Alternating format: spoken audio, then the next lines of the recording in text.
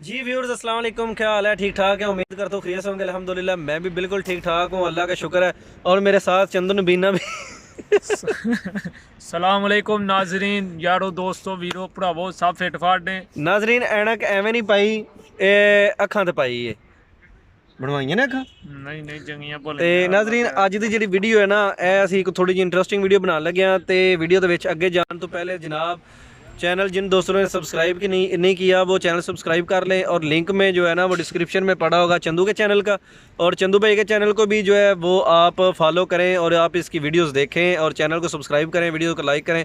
और जल्द यानी करीब जो मेरी स्टोरी दोस्त कहते हैं कि आप सब आप अपनी स्टोरी सुना दें, वो चंदू के चैनल पर हम शुरू करने जा रहे हैं।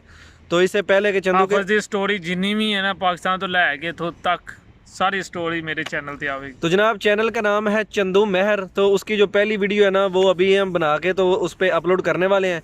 तो आपने जल्दी से डिस्क्रिप्शन में जाना है, वहाँ से लिंक लेना है और लिंक लेके जो मेरी स्टोरी है वो आपने चंदू के चैनल पे स्टार्ट कर देनी है। हमने पहली वीडियो वहाँ पे अपलोड करने लगे हैं।